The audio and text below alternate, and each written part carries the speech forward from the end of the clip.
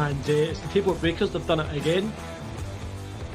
Is this the biggest panel we've ever had on, Jason? One day you'll have a guy throwing mid-70s, and next week you have a guy throwing 55-mile fastballs.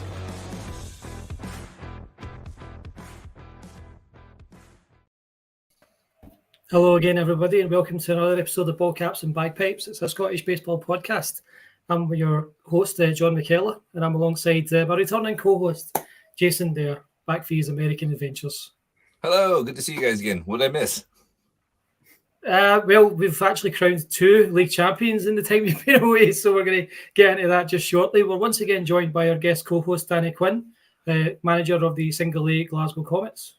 How you doing, guys? You good? Very good indeed. We are also joined by a very special guest this week, Brian Clark, who is a Glasgow Galaxy alum, but more recently has gone into the umpiring side of things. Say hi, Brian. Hi, everyone. Hi, John. Thanks for inviting me on. It's excellent having you on, man. It's good to. We're going to have a nice, a great chat in just a bit. Before we do, let's first off go into the scores from the last 2 weeks' games. 2 very crucial weeks, as it turns out, in the 2023 season.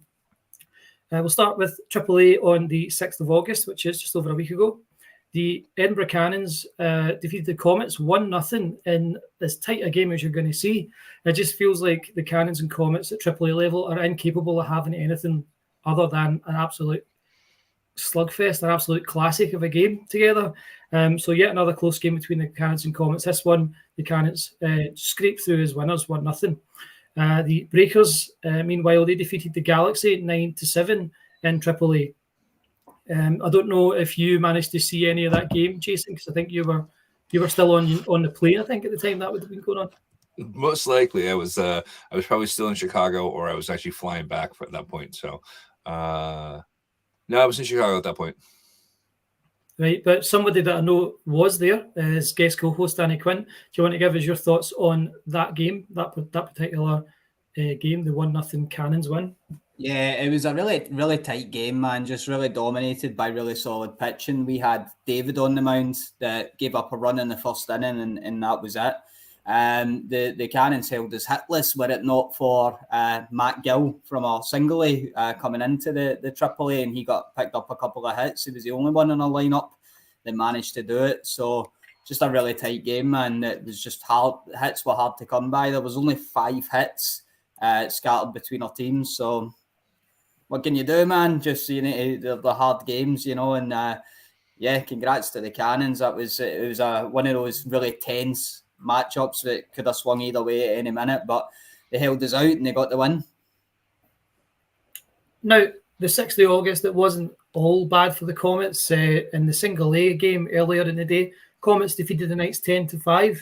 That's a significant result for yourself, Danny, especially because you are the manager of the Single A Comets. And it meant that the Comets, for the first time in the team's history, achieved a league win. Tell me what that means to you. Massive. It's something, obviously, the past 2 seasons in the Single A. So last season we came within 1 game and we lost out to Tayport. And the year before, in the first year of the Development League, we were within a game and we lost to Edinburgh. I think it was the Devils at the time. It was before the Knights. So we just kept getting consistently close and then just falling at that last hurdle. So, we went behind 5-0 in the first 2 innings, and we kind of regrouped and we had a meeting off to the side, and we just decided to park, those 5 runs at the side and just do what we can. And the guys rallied round and came back. And for me, having invested so much into trying to help coach the Single A as well as manager and pitch in it as well, it's just a massive achievement, and overjoyed to be able to help the guys get there and ultimately get what I feel they've deserved all season, given their results, man. So, yeah, over the moon with it. Now, you mentioned a comeback from 5-0 down early. Worth note, I think, is the fact that it's an exact reverse almost of what happened on the last day of last season, because on the last day of last season in Single A, the Comets went up 5-0 quite early and then dropped that game 7-5. This time around, Comets go down 5-0 early and come back to win the game 10-5 in the end. how did you? I mean, because you closed out the last 2 innings on the mound. Was that had to have been in the back of your mind that had happened last year, and trying to avoid the same situation again? Yeah, I think it's a consequence of experience. Like I've been in that position now in the past 2 seasons where I've been on the mound with the opportunity to try and help close it out, and I haven't been able to do it. And previously I would have felt really nervous, but you know, we've worked hard all season. For myself, I feel more comfortable pitching in that league than I did certainly even at the start of the season. So it becomes a really easy thing to do when you are putting the mound and try to get 6 outs, and you know your offense has put 5 runs behind you. But I think it is just one of those things where all season we've found ourselves in really pressurised situations. It's not as if we've steamrolled competition. A lot of our games, you know, against the likes of Galaxy, we won the week before 2-1. They've been very tense situations, so we've just been a lot more experienced at operating under pressure. So yeah, there was when I got on the mound, you know, you always think it can go either way, can't it? You never take anything for granted, but I was fairly comfortable with my defence behind me, and I was just trying to ultimately get the hits to put it on the ground to the defence, because I knew that they could do a job in the infield and outfield. So yeah, happy days. So we're going to get into the scores from the following week, where we also crowned our Triple A champions. Before we do though, who just remind us who scored what turned out to be the winning run For us, John, I can't really remember that. I'm sure that somebody did score the winning run. I'd say it was yourself. They would have told me at the time, and they would have texted me repeatedly afterwards, and they would have continuously reminded me for days and days afterwards. But I can't think of a name that comes to mind, to be honest. That does sound like something I would do, Danny. Anyway, the following week, just yesterday, the Comets were victorious in Tripoli, 15-2 win over the Oilers on an absolutely gorgeous day in Aberdeen. You were there, Danny. What's your thoughts on that game? Yeah, the Oilers, you know, they're going to be a really good team. They're obviously a developing team, and they've got a lot of young players. And I was saying to a few of the guys on the way back, you know, if you can keep those young players interested and, you know, let them develop, then they're going to be a really good team. They just need that time to develop. Their pitching's really good. You know, they've got Matt up there. He's a really good pitcher. I know Cairo sometimes pitches as well. So it just came down to a bit of experience. We just kept that a lot tighter, I think, defensively. And Aberdeen, you know, done their thing, and they pitched well, and they got contact on us, and they did get on base, but we were just able to pull away with it in the end. And certainly the Devils, they managed to beat the Breakers, and I think quite an upset result. 7-6 was the final score there. Jason, you've probably been around the Devils more than anyone else. They obviously have had their issues throughout the season, but they've started to come onto a game recently. I think they just needed some time to gel together and have the season go. You know, it was a bunch of new guys that really wanted to, you know, prove themselves this year. So I think it just took a little bit. The vibe was good from what I understand, and I think once they've all meshed, they you know, started playing good baseball. For sure, and certainly the result of the weekend: Cannons 13, Galaxy 2. With that win, the Cannons, who remain to this point undefeated. There's not a whole lot of season left, so we'll see if they can hold on to that. But they have become the 2023 AAA champions. So another title for your Cannons, Jason. That's good. We knew it was going to be a competitive season. I'm proud of the guys to say that, you know, they were able to pull it off out there. I knew it was going to be a tight season all the way out of that. So from what I understand, everything's been pretty good baseball this season, and I'm glad to see that both, you know, the AAA and the Single A are being very competitive. Just nice to see that, you know, over the years we've actually improved and it's actually become a good product on the field.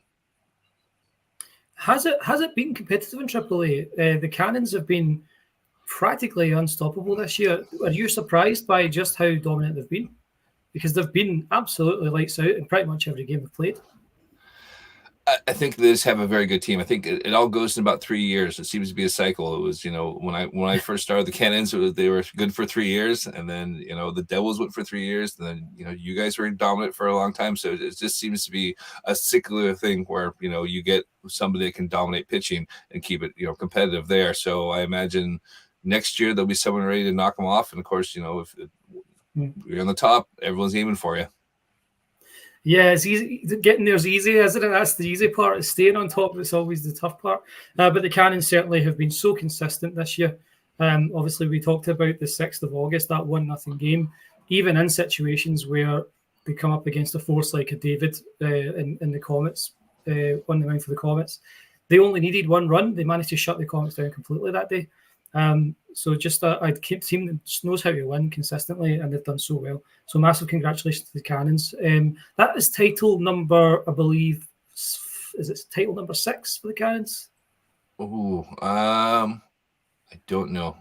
I would say 4, but that might be pushing it there. So they had won 3 straight with you.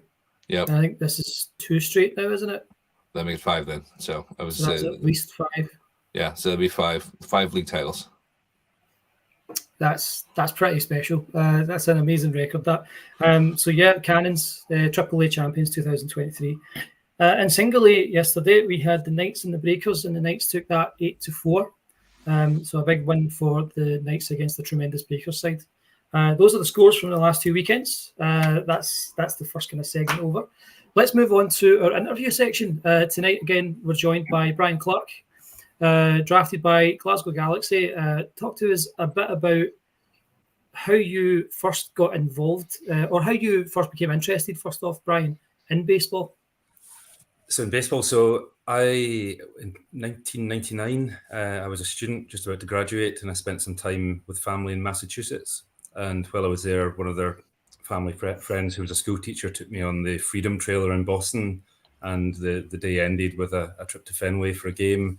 And it just happened that the game I went to see, my first ever baseball game, had Pedro Martinez pitching. And I think he threw something like 10 or 11 Ks that day. Jason Varitek catching him, and Nomar Garcia-Parra at shortstop. So those guys became 3 of my favorite players of all time. And it was just an honor to see them in my very first game. And I just immediately caught the bug. It wasn't just the game, it was the atmosphere at Fenway, the entertainment, the concession stands, everything about it just really caught my imagination. And then when I came back to the UK, I just watched every minute of baseball I could. It was difficult back then with the TV coverage, but there was opportunities to watch baseball. So you're talking Pedro, you're talking Varitek, you're talking Nomar, you're at the latest, it's mid-2004 talking here. So you've been a fan for a long time.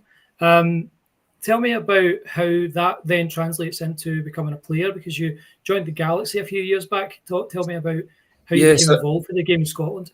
So if you'd asked me a week ago when I first started playing, I couldn't actually have told you what year it was, but I did look it up, and it was 2018. And essentially what happened is that my then 12-year-old son started watching baseball and then saw a Facebook post and said, "Oh, that'd be really, really interesting. Can I go along?" So I basically went to indoor training in February or March of 2018, just so he could go. And I met guys like Danny, I think you were there. John Nelson was there. JT was there, and it just felt really welcoming. So of course, being a 12-year-old, my son gave it up after about 2 months. Essentially, when we moved from indoor to outdoor training, he realised this was a man's sport and not for a 12-year-old, and said he had better things to do. And I just really enjoyed it, really enjoyed the training, really enjoyed the bunch of guys. And I never intended to stick at it for as long as I have, but I just kept coming along to training, kept turning up to games, and just really caught the bug. You did, you caught the bug, you stuck at it. Tell me about your memories of your first game with the Galaxy, because you were with the Galaxy pretty much from immediately. I don't think there's never any ambiguity about what team you were going to end up on, I don't think. Tell me about how you got started with the Galaxy, first off. I think there were quite a few new players that year. I think a bunch of guys turned up, and I remember Andy Vaughan, for example, he'd played previously and then kind of dropped out a wee bit and he came back. So I remember meeting Andy at my first indoor training session. But there was probably about 6-7 new guys drafted to each team that year. The Galaxy was really welcoming. You had people like Luke who always comes up in these podcasts. People like JT, Jim Sehar, Jason, who was with the Galaxy at that time. It just a really nice environment, a really friendly bench. My first ever game, and obviously this was when there wasn't single A, triple A. This was single. I think it was 9-inning games in those days. So we would come on at, the 8th inning, 9th inning for half an inning in the field and one at bat. And my very first at bat was against, I think it was the Oilers, certainly one of the Aberdeen teams visiting Glasgow, and I got drilled by the first pitch. And I was told on the day that it was a deliberate hit by pitch based on something that happened the previous season, but I'm never sure if that was true or not. But my first because you were Galaxy, Brian. That's what we give people with that uniform on. So I was proud to get on base with my first ever at bat, but not in a nice way. But yeah, that was the memory. I'm sure we'll get into it, but playing time was sketchy. Galaxy were always excellent, particularly with the longer games, and particularly when Galaxy were quite dominant in those days. Quite often by the 8th, 9th inning, we were comfortably ahead, and there was a chance for guys to get in for a half inning. But it's a long day where you're spending more time as a supporter than a player. Yeah. Do you think then that yourself and a few of the folk that come along at the time that you do you feel that you were sort of hard done by, in a sense that they were so dominant? Or do you feel that was a great learning experience to watch those players out there every week? You might get different answers from different people. I'm a baseball fan first and foremost, so I like watching quality baseball, and we'll get into the umpiring a bit, but one of the advantages of being an umpire is you get a great view of the game, and you get the best view in the house of Danny's curveball, for example. So I just appreciate the technical aspects of the game. I love the game. I love to watch baseball. So I didn't really mind. And if I drove to Edinburgh and didn't get in the game, I didn't really care. Without naming names, there are guys who've come and gone over the years who did mind a bit more and probably didn't stick around as long as they might have done because they weren't getting opportunities to play. And like I said, I'm not going to name people, but I'm certainly aware that that's happened. But that's where the A, Triple A, and hopefully in the future the Double A will come in to afford more game time for these guys. Because certainly in the early days, there was people turning up, not getting game time, and then losing interest. For sure, I think it's a natural thing. Like you've mentioned, it's a long day, especially if you're travelling. It's a long day, and there's been people who've been in the Comet squad that felt they didn't get enough time, and eventually sort of went by the wayside and stopped coming to games as well. It's just a natural thing. If you're there to play baseball, you want to be on the field playing. It's quite easy. It's quite straightforward. It's as simple as that. But nevertheless, moving on from that, tell me about your memories of just in particular winning those championships. I think you would have probably been there for the last two. Yeah, it was 3 in a row, wasn't it? And I joined in the second year of that. So I guess the most iconic moment was Andrew Sweeney in his red top hat. He'd gone out. It was a game where we could clinch the championship in Edinburgh, and Sweeney had gone out the night before in Edinburgh and had woken up the next morning with a red top hat. I don't think he was ever able to explain where it had come from. And there were guys driving to the game that day, passing McDonald's in Edinburgh, saying, "Oh, look at that clown over there with the top hat on. Oh, wait, it's Sweeney." So that just sticks in mind. That day is not actually the baseball; it's that iconic moment of Sweeney turning up at the field and the post-game photos with beers, and right in the middle of all is Sweeney is the kind of larger than life character with his big red top hat on. But ask me what happened in the game, I couldn't really tell you.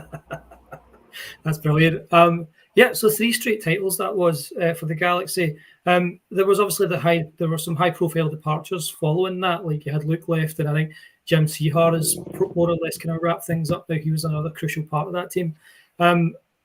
I don't know how much time you actually spend among the Galaxy now, being that you're kind of focusing more on your umpiring duties. But how far away do you feel the Galaxy are from making another run like that at the top?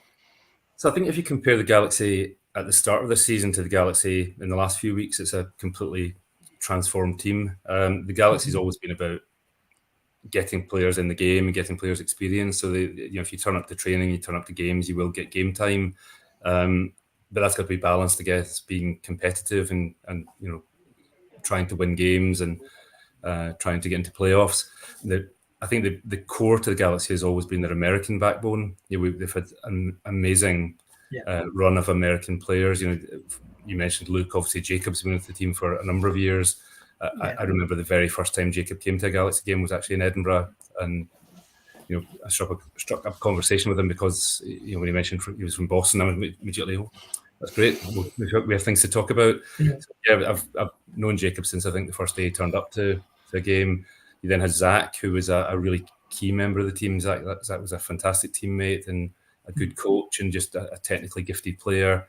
And then now, guys like Gabriel Bailey, Michael Maftian, they are experienced, technically gifted players, but also good coaches and good teammates. So I think the American backbone has always been important to the Galaxy from the days of Luke and before then. But then Galaxy, we have a really good mix. We have guys from Poland. We've got some guy from Lithuania that you might have heard of. We've got Central American players. There's people from Taiwan over now. There's just a really nice mix of guys with different backgrounds and different experience. But it's always been the North American backbone to the team that's been important. Absolutely, yeah. And it looks like that backbone has really started to show up again. And like you mentioned there, Brian, like when you look at Galaxy now compared to the start of the season, they've come on leaps and bounds. I think that the coaching and the experience of those American players, would you agree, has probably been a massive part of that? They've got access to some of the most technically gifted, the newer words players that we have in the league. So that must be a massive boon to these younger or a bit less experienced players that are having to come in to the AAA setup, maybe because of maybe how, because some of the key players that have left, the hole that they've left has had to be filled in sort of creative ways. Yeah, I mean, you get guys who are in their first season. We have two players called Kai now, which gets confusing for Galaxy, but there's Cobra Kai and Other Kai, as they're called. So, but Cobra Kai has been fantastic. He's from Poland. He's the most vocal player I've ever heard at a baseball game. Whether he's behind the plate or whether he's on the bench, you just hear Kai's voice coaching and encouraging all the way through, and that really comes across and helps the newer players. And it's just his enthusiasm for the game comes across from the bench or from the catcher's box. And then you take a guy like the other Kai who's playing his first year, and he's becoming a really gifted outfielder. He very rarely misses a catch. He's fast in the base paths. He gets on base a lot, and he is. He started the game yesterday. He's becoming a regular part of the Galaxy AAA setup, and for that to happen for a brand new player who's brand new to baseball, you really need the experience and mentorship from the more experienced players, and it really comes across with Galaxy. Definitely. Now we've got some comments here. I'm going to read some comments, and then before we move on from Galaxy towards umpiring, I'll give Danny and Jason a chance to ask any questions that they might have. But Roberto Carlos says something different for today. We have a D and a B. Welcome, guys. There's been too much J recently. That's obviously a reference to previously when we had John Linton on. Not only was it all J's, it was all Johns at that. Paul Convoy says, my view of the Cannons isn't as easy as that they have the best players. They have had 3 or 4 players who next fill in with call-ups and have a great team mentality. I mean, I think in order to maintain a kind of consistency that the Cannons have been able to over the course of the season, you need to have a great mentality as a team. We've seen so many times, even in professional baseball, where a so-called super team that's full of superstar free agents goes absolutely nowhere because they don't have that chemistry and that team mentality. I think that's something the Cannons have in spades, and I think that Rory is a massive part of that. I think you would agree, Jason. Yeah, I mean, Rory's the one that's been around the longest for him, and he's kind of the one that keeps everyone together there, and he bonds well with the new players, and you can tell the older players kind of he's in charge, and this is how we do things there. So mad props to Rory for keeping everyone in good spirits and keeping everything positive, good vibes only. Yeah. Absolutely. Yeah, Jason West says, I wouldn't be so quick to sell the league. That's so one-sided. Even the Cannons will tell you that. In the AAA, it's an any given Sunday kind of league. I apologise, Jason. I wasn't trying to frame it as being super one-sided. I was just basically making the point that they remain undefeated at this point, and it's very unusual that happens. There's only been probably a handful of teams that have managed to get to this point undefeated. And Jason, correct me if I'm wrong, but I don't think there's been any team that has managed to go all the way. I don't think so.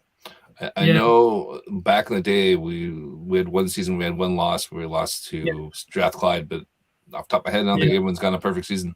Yeah, I think the Galaxy had a season where they just had the one loss as well one year. He does continue, Jason West. That being said, tremendous congrats to both the Cannons AAA and Comets Single A on great division titles. Absolutely, yeah. The Cannons have wrapped that up this past weekend. The Comets Single A team winning their first league championship last Sunday. Fiona Brambley references the red top hat and says, best memory that was. Seems like you guys had a lot of fun that year, particularly. Paul Convoy just commented, Galaxy were close with one loss in a year. Yeah, I think that might have been 20. Help me out here, Brian. It might have been 2019 season. I believe so. It was the last of the three. Yeah, absolute dominance. I think because that would have been the year you just won the double, the cup and the league. Yeah, beating I believe the Express in both the league and the cup final, if I remember rightly, if memory serves. That's all the comments for now. Danny, Jason, do you have anything you want to ask Brian about his time with the Galaxy? I'll jump in. All right, you go first, Danny. I'll jump in next. Okay, cool. Brian, I just want to pick, obviously, so to go a wee bit more into your time in the Galaxy, you were a second baseman predominantly, and that's quite unusual to see when you have people come in, because usually you have people come in that have no experience and they play the corner outfield. That coupled with the fact you had Jim Seahar at second base, who was just an absolutely tremendous player, and he won, I believe, 2019 the Golden Glove. So how did you come to play second base? Was it a case of that was a position you really liked, or was it a case of you just didn't want to be running? That was too much work for you. You were too lazy to be running in the outfield. Well, I guess second base. I guess the game time was limited, so early on, you were playing at right field, occasionally left field, but there'd be opportunities during scrimmage matches or training where coaches would say, take your position, and I was sort of naturally drawn to the infield. I enjoyed playing it more, felt more involved in the game. Standing in the outfield, again, as I said earlier, first and foremost, I'm a baseball fan. I like to be able to see what's happening, be involved in the action. Standing in right field for a few hours is not giving you the best view of the action and making you feel involved in the game. So yeah, I guess without going too deeply into it, I wasn't much of a player, as everyone knows. I wouldn't pretend I was, but I just enjoyed being in the infield and the environment and the camaraderie and the communication with the other infielders. I just enjoyed being there rather than standing on my own in a lonely right field. So I tried to go to second base whenever the opportunities were there. I mean, we look pitching on the mound as well. I don't think you get a lot in the outfield. Like, you maybe get some dribblers into second base and that, but I didn't see a lot of people barrel the cup into the outfield. So that's not into right field. Fair enough. I'll let Jason jump in.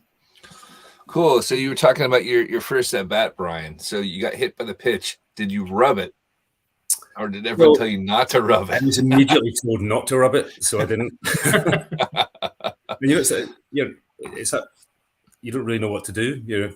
Are you supposed to make a deal of it? Are you supposed to not make a deal of it? And I didn't just standing there. I didn't even walk towards first base. I just stood there waiting for someone to tell me what to do next.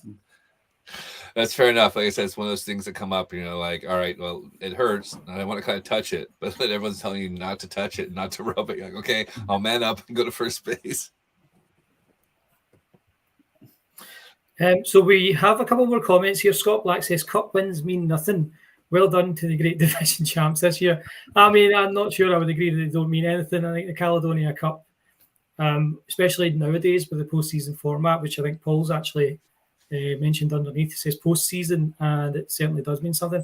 I would have to agree with Paul there. With the postseason format, not everyone gets in, especially at AAA. And I think that in order to win the Classic, you need to basically beat the best all over again. So I think that definitely does mean a lot. And I think a lot's been... We've had a few teams now, or at least the Galaxy in 2019. Last year, I think, not last year, the year before, the Devils won the league, and the Breakers. The Breakers won a treble, I think, all in, because they won the single A division in both cups. That was so like year. These cups, yeah, these cups do mean something. Scott's now said, so the division championship means nothing. It's all about the cups. I mean, any similar way that you can play and have a chance at winning, I think means a lot, especially in a league that's as small as this.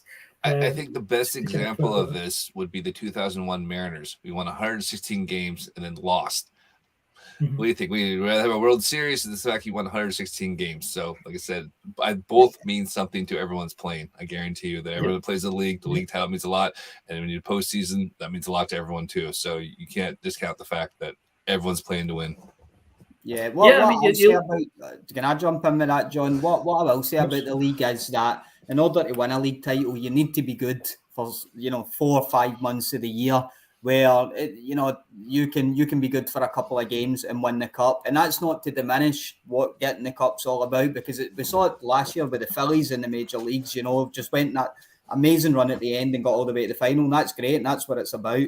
But I think you can take pride, and for me personally, I take a lot of pride and what the Comets have done in the single A this year with being consistently good, because being consistently good in baseball is a really hard thing to do. Being any level of consistently, whether it's consistently bad or consistently okay, is really difficult to do. So when you can have a bit of consistency for a long period of time, I think there's a lot to that. I think, and like to echo what you guys said, there's a lot to the cup, there's a lot to the league.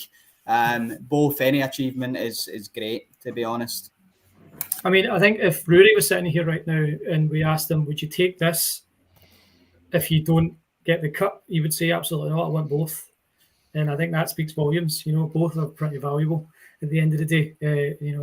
If you're not competing to win any trophy that you're in for, then that's up to you. But I think the key point of having a league set up and a postseason set up is that we all have something to play for. What were you saying, Jason? I would say I think it's also hard. I mean, people have other responsibilities. You're not going to be there all summer long to do that. You have holidays. If you have kids, they're on holidays there. So it's hard to win week in, week out. So it's really tough. That's probably why we see a team dominates for about 3 years, and then other responsibilities kick in. Absolutely. Paul Convoy says, as you should, Danny, both important in their own way.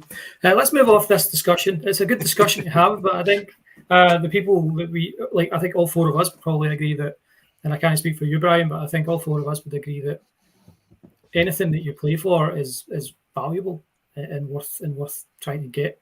Yeah, I mean, I guess you look at last week when the Oilers won their first game of the season. I'm sure they celebrated that as if they'd won the pennant. That's exactly it. One win can be a massive boon to a club. We saw it with the Tayport Bakers in their first season in 2021. They only got their first win toward the end of the year, but then they went on a tear in the postseason. And then we saw what they did last year. They won 3 cups, 3 trophies, all based off of the sort of the momentum that was born out of just that one win toward the end of the season. We play it for fun, but if you can win a trophy, no matter what trophy it is, it's always a good time. Anyway, moving on. So Brian, I don't know how much playing you actually do these days. You've kind of more or less transitioned from playing towards umpiring in recent years. Officially, I'm on the Galaxy roster. I think still hanging on to my number 34 jersey. Yeah, David Ortiz. So yeah, something JT and I spoke to at the start of the season, and I guess I intended to umpire more this year, but at the same time knew there might be weeks where they struggled to put out a team. So I thought it's only reasonable to be rostered, and then if they're short a single A player, then I can step in at right field or pinch run or just be involved in the game in some way. But yeah, I've been rostered for the season and I haven't had any game time at all, but I'm quite happy with that. Yeah, so like you say, you've moved towards umpiring. Tell me about, firstly, where your interest in umpiring came from, because I know it's something that you actually you take quite seriously. Does that come across? Does it? Yeah, I guess because I've been a baseball fan for a long time, I sort of know the rules really well. Was it last year? There was the opportunity came up that Jason had organised the clinic in Tayport, and it was Thomas Haywood ran it, and it was entirely practical. It was all done outside on the field, and Ali went up, and I think Fiona went up from Glasgow, and then a few guys from Tayport and Edinburgh were through, and it was just really good. And it was a sort of grounding in not the rules so much, but how to position yourself and where for example, if you're doing the field umpiring, where to position yourself to get the best view of a play at first. So it's fine to know what an out and what's safe is at first, but actually getting yourself in the position to make that call was the key to that, and finding your position in the slot to see the plate so you can make the ball and strike calls. So that was really good. It was a sort of all-day thing, and thanks to Jason for organising that. But it wasn't a proper qualification, so we did a little bit of umpiring with that on board, and I guess we felt an obligation that we'd done the course. The club had paid for us to do the course. That if they were short an umpire, we sort of had an obligation to step in and do it. Then this year they had a proper level 6 BBF qualification, which caused all sorts of problems when they were trying to set up the course. But essentially, those that went in the clinic had a full day in the classroom with Thomas Haywood presenting an approved BBF teaching program, and there was an exam as part of it as well.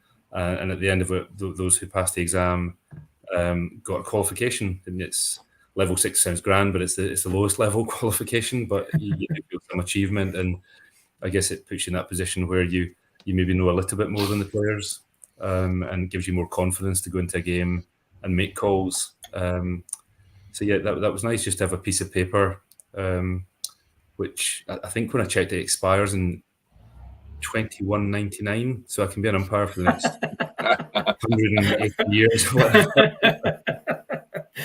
Brian, tell me a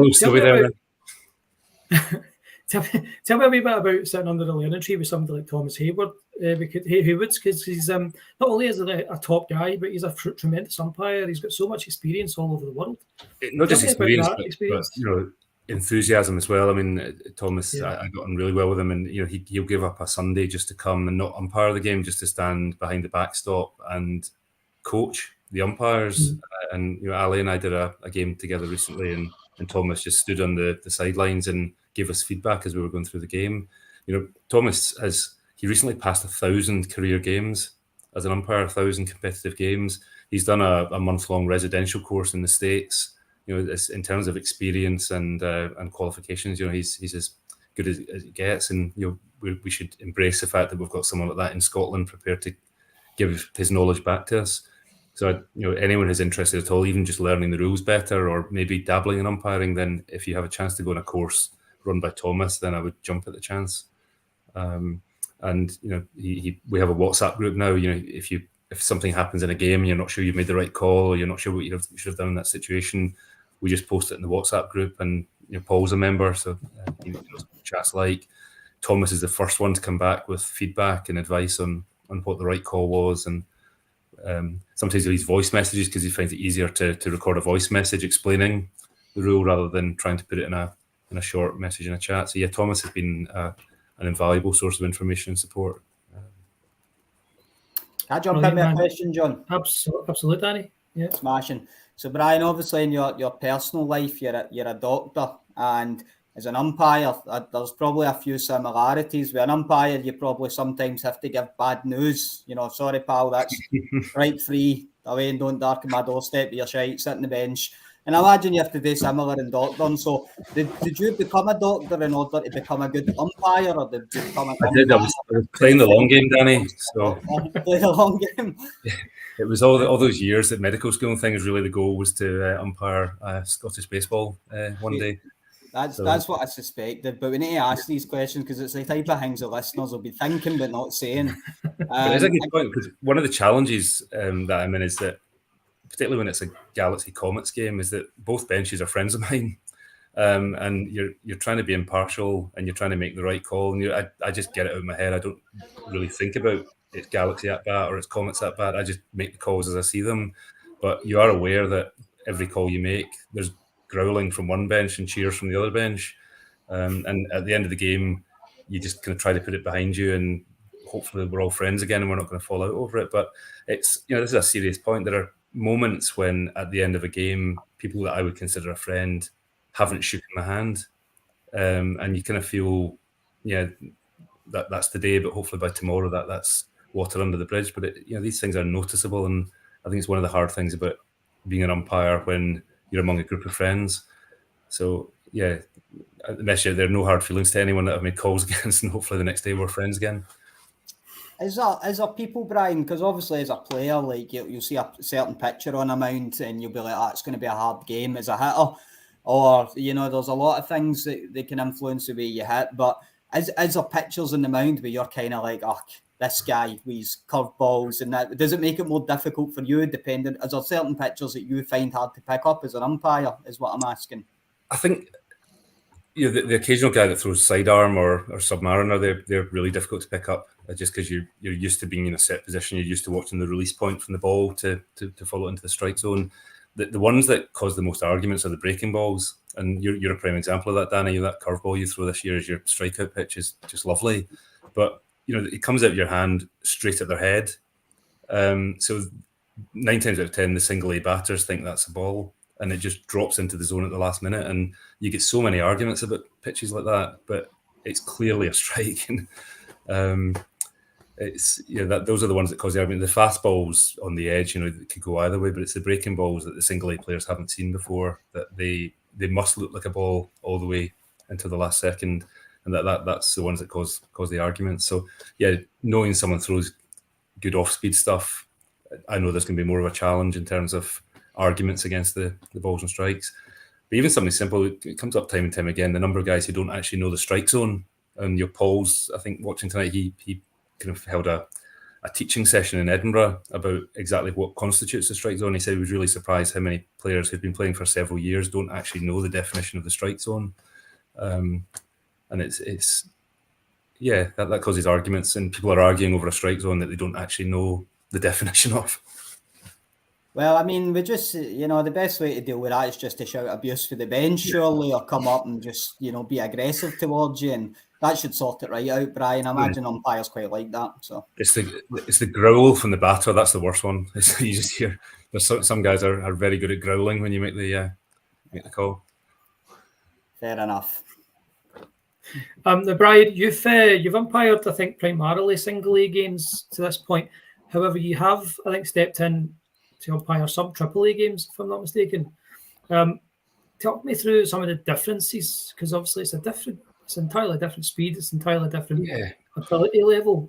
Talk to me about some of the differences that us players who have never been behind the plate in a game situation like that might not ever pick up. So there are pluses and minuses. The pluses, you don't get hit by the ball as much because you've got a good catcher and you've got a pitcher who's more likely to be throwing strikes or throwing the ball where the catcher's expecting it to be. So I very rarely get hit by a ball unless it's a foul ball back. But very rarely get hit in AAA, whereas in single A you get hit all the time just because there's a lot of wild pitches and the catcher's not set up where the pitcher's throwing. I guess in AAA there's a lot more off-speed stuff. So you're having to be more aware of the off-speed pitches rather than just lots of fastballs. I probably find calling balls and strikes a bit easier with AAA than I do single A because I guess the pitches are more consistent. The catchers are better at catching the ball, I guess. But from that point of view, probably calling balls and strikes is easier for AAA. The difficulty with AAA is that things happen more quickly. And particularly if you're in a one-man system, you're trying to watch. I know Danny said in the podcast last week that when there's not a lot happening in the field, there's actually an awful lot happening in the field. You're trying to be aware of everything that's happening with very clever players, experienced players, all knowing the situation. And things, plays can develop very, very quickly when players turning double plays, pickoffs, etc. Things can happen very quickly at AAA, whereas in single A, the speed of the game is slower and you have more time to make calls and kind of judge what's happening. So, I know that's a longer answer than maybe you're expecting, but calling balls and strikes, I think, is easier. Calling stuff that's happening in the field is more challenging just because it's happening at a much faster pace. Now, do you see yourself being involved in umpiring at both levels of Scottish baseball as a long-term thing? I know that we've mentioned Thomas Haywood. He's reached over 1,000 competitive games as an umpire. Do you see umpiring as your role now, or do you intend to go back to playing more often at some point? I don't think I'll ever play again, to be honest. This will be me tonight officially announcing my retirement. So I just 21.99. Tell them, Brian. Tell 21.99. But yeah, I was only rostered this year as an afterthought, so I honestly don't see myself ever playing again. I'll turn up to scrimmages, I'll turn up to training because I enjoy doing it, and it's sociable and everyone's a friendly bunch, and it's fun turning up to training with these guys. But I don't think I'll ever actually play again. But we've got enough umpires now that the goal is to have a 2-man system for every game and have it more formalized, so that rather than just a random managers trying to contact an umpire the day before the game saying, are you available, that it would actually be done centrally, and there'll be an allocation of a 2-man system to travel to each game. And if there's a single A, triple A, then they'll swap over, so the plate umpire will take the field for the second game. So I think the goal ultimately is that's a formalised arrangement, and it will be taken away from the clubs to organise umpires. That the committee or the Baseball Scotland will decide who's umpiring each game. I think that's healthy because someone turning up in Glasgow every week to umpire the same teams is just not a healthy arrangement. I think you have to mix it up and mix up your crews, so you don't have the same 2 guys working together all the time. Mix up the location so that you don't have the same person going to Aberdeen all the time. I think that's got to be healthy for the game in the future. I would absolutely agree, Brian. I think that's brilliant news, and hopefully that's something that we can lock in for next season and expand on. You never know, we might even have full umpire crews someday if there's enough interest. But that's great to hear. What I will say though, never say never on the playing stuff. I mean, I've said how many times that I've tried to retire, I think 4 seasons in a row. It's Danny's fault really that I ended up playing this year. And you just came back to score that important run in the last game. Yeah, the four add-on runs for padding, they were just for show. Scott Black says, league organised umpires, what's next? League supplies baseballs. I'm not quite sure that Baseball Scotland's at the level yet where we are going to have like a centralised vault full of baseballs at this point, but you never know. Maybe someday. Several dozen in the grass at Tayport behind the backstop. See, I always thought it would be a cool idea to get the Baseball Scotland logo on the balls, but you have to buy like 400. So it's a lot of money to spend on some baseballs. Yeah, you've had a bit of experience of purchasing said balls, haven't you, Jason? And they were not cheap. No, they were cheap. They're not cheap now. Gosh, they are expensive. So yeah, but we used to buy all the balls for all the teams at the beginning of the year, and then hope that was enough to last the season. It never is, especially in Glasgow with the trees, or like you say, Brian, Tayport with the bit behind the backstop. Anyway, that's more or less it for tonight. Danny, Jason, do you guys have anything else you want to ask Brian before we go?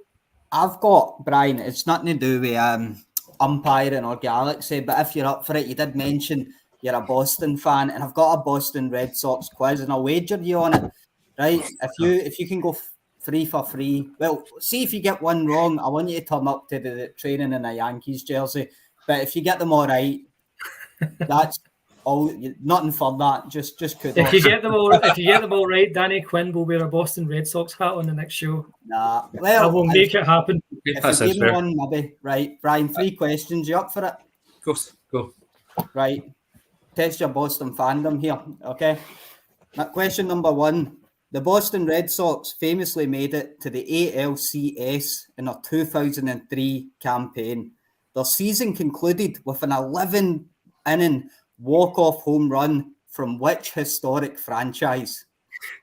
I thought I could name the player, Danny. Who's the player? Aaron Boone. Yeah, it was. Who's the pitcher? I can't remember the pitcher really, and I can't remember. It was Wakefield. It was a knuckleball. Oh, was it? And it was a knuckleball. Yeah, so yeah, you knew that. I cannot remember who Boone played for. No. Okay, well, we'll go to question number 2. Boston Red Sox famously became one of the first modern-era MLB teams to play here in the UK in 2019 when they were humiliated and swept by which historic franchise?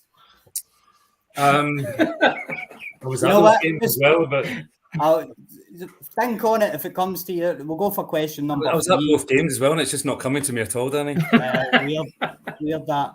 Question number 3 is the Boston Red Sox famously held a 14.5 game division lead in the summer of their 1978 campaign However, their season came down to a one-game playoff in which they were bested by the eventual World Series champions. It was Bucky Dent and Reggie Jackson, I believe, hit the home runs. From which historic franchise? Bucky fucking Dent. That's the very one. So you know what? You can think on it, Brian. Yeah, I'll email you later, Danny. Once I've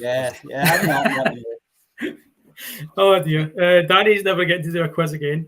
Thank you so very much for joining us, Brian. Jason, did you have anything else for Brian? I was going to say, so now that you've announced your retirement, your last at bat, did you pull a Ted Williams?